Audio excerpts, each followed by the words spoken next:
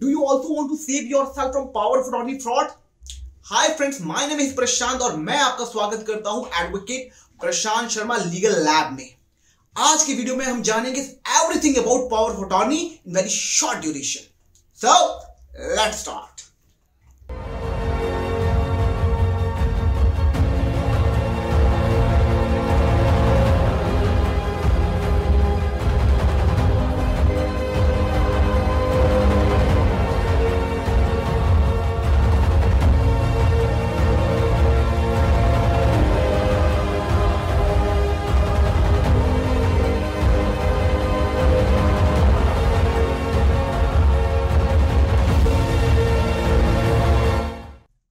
Power of attorney एक ऐसा document है जो इंडिया में क्या पूरे वर्ल्ड में बहुत ही ज्यादा यूज किया जाता है और इसको लेकर लोगों के मन में बहुत सारे डाउट होते हैं कि एक वैलिड पावर ऑफ अटॉर्नी कैसे बनाई जाए, क्या ये power of attorney after death applicable होगी कि नहीं होगी, क्या इस पावर ऑफ अटॉर्नी के ऊपर कोई प्रॉपर्टी परचेज कर सकते हैं कि नहीं कर सकते हैं।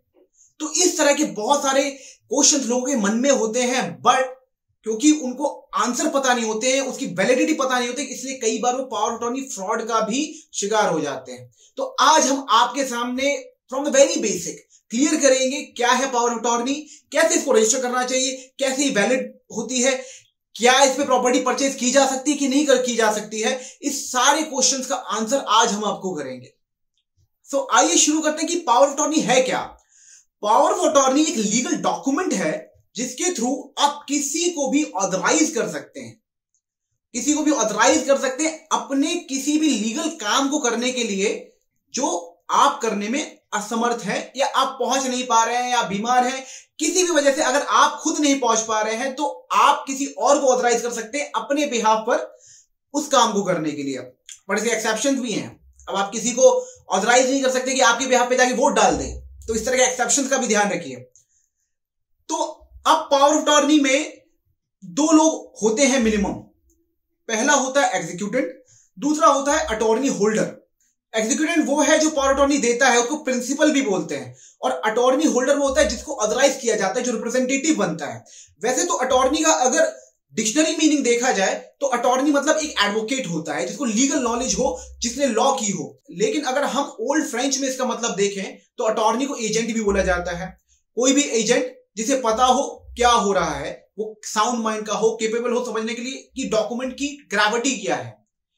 Even power of attorney act 1882 में भी ऐसा कुछ भी लिखा हुआ नहीं है कि अटॉर्नी कोई लीगल रिप्रेजेंटेटिव होगा। कोई भी हो सकता है, कोई लेमैन भी हो सकता है, but he should be of sound mind.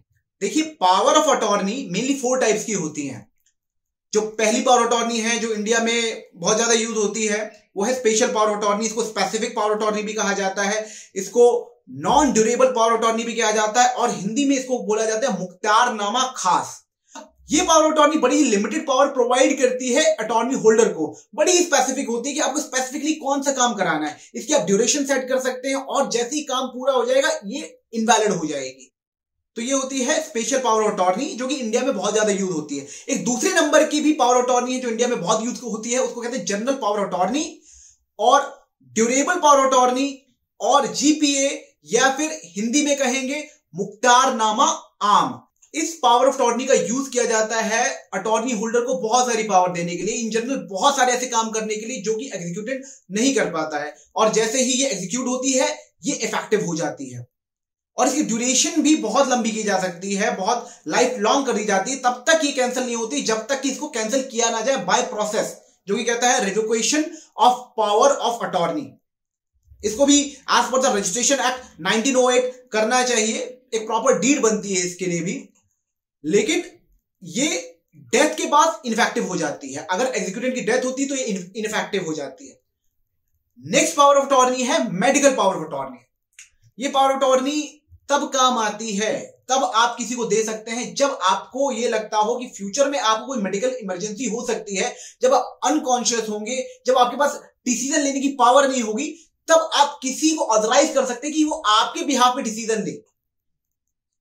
हाँ, ऐसा भी है कि इसको विल के थ्रू भी किया जा सकता है, लेकिन अगर आप विल में नहीं चाहते हैं कि किसी का नाम एज अ मेडिकल इमरजेंसी में उसको पावर देने के लिए डाला जाए, आप इस पावर ऑफ अटॉर्नी को एग्जीक्यूट कर सकते हैं।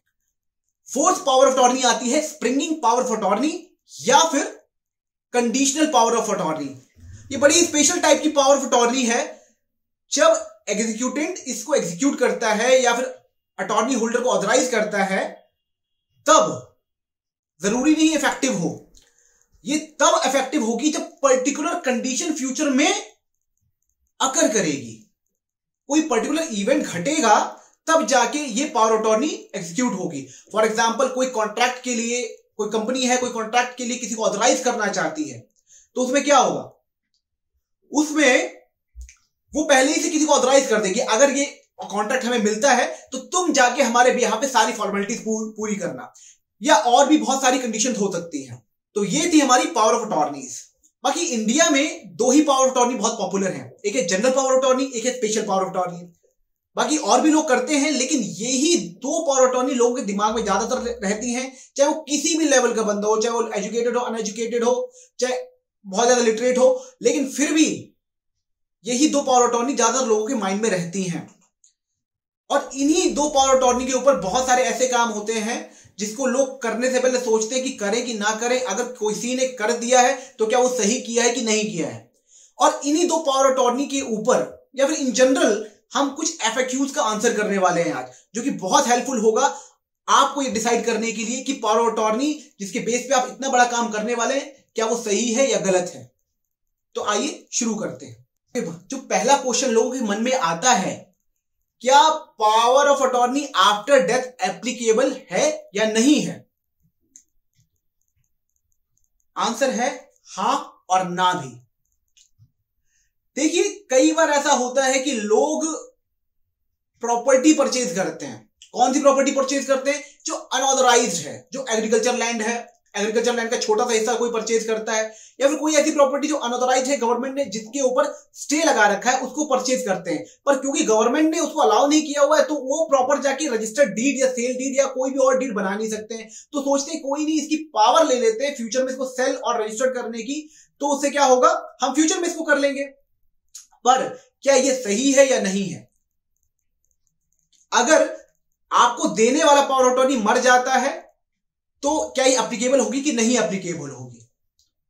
तो मैं आपको बताता हूं, as per the power of attorney act 1882 के अकॉर्डिंग सेक्शन 3 ये कहता है कि पावर ऑफ अटॉर्नी के थ्रू अगर कोई काम किया जाता है एग्जीक्यूटेंट के मरने के बाद, तब वो वैलिड भी हो सकता है और नहीं भी हो सकता है। कैसे?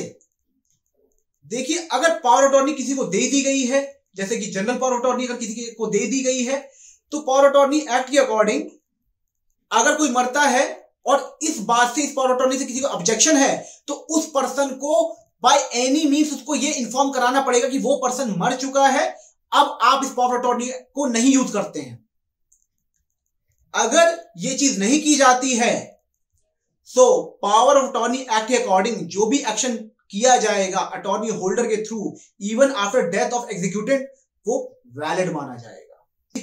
लेकिन इसमें रिस्क भी है, इसीलिए कोई भी लैंड परचेज करते टाइम आई डोंट रिकमेंड कि पावर ऑफ अटॉर्नी पे उसको किया जाता है। मतलब ये लीगल एडवाइस कभी नहीं हो सकती कि पावर अटॉर्नी पे सिर्फ उसको ले लो and then you can enjoy the property, because future में कुछ भी हो सकता है।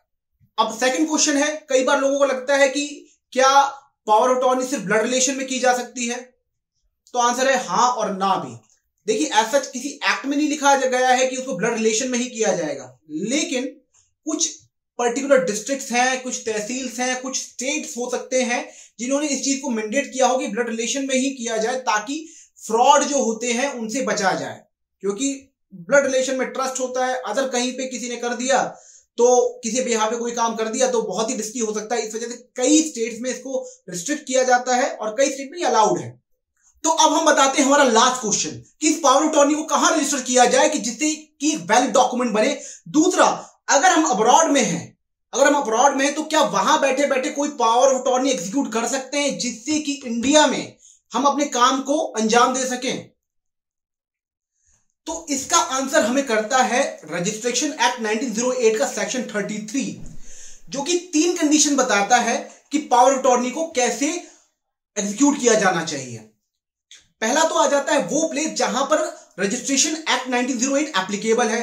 अगर कहीं पर भी रजिस्ट्रेशन एक्ट 1908 एप्लीकेबल है, मैंडेटरी है, तो प्रॉपर्टी से रिलेटेड कोई भी पावर अटॉर्नी होती है उसको उसी की डिस्ट्रिक्ट, उसी की तहसील में जाकर रजिस्टर करना चाहिए। दूसरा आ जाता है वो प्लेस जहां पर रजिस्ट्रेशन एक्ट 1908 एप्लीकेबल नहीं है, लेकिन वो जगह इंडिया में ही है, तो वो अपने डिस्ट्रिक्ट में जाकर किसी भी तहसील में जाकर उसको एग्जीक्यूट करा सकते हैं। वो वैलिड होगी हर जगह पर।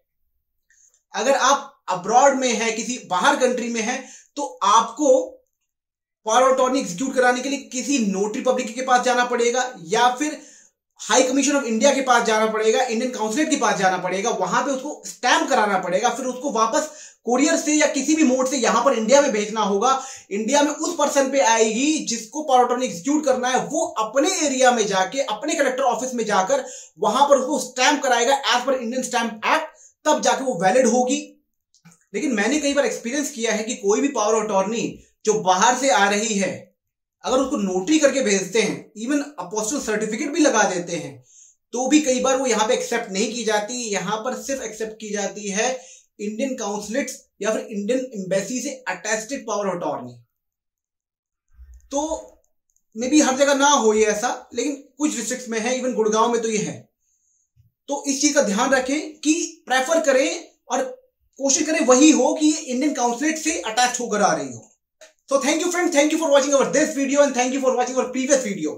देखिए फ्रेंड्स, हमारा एक मिशन है कि आपको लीगली अवेयर करना, आपको लीगली नॉलेज देना, और हम आपके लिए इसी तरह के और वीडियोस भी लेकर आते रहेंगे। So friends, if you like our content, please like our video, share our video and subscribe to our channel, because your like, your share, your subscribe is source of our motivation. Thank you very much।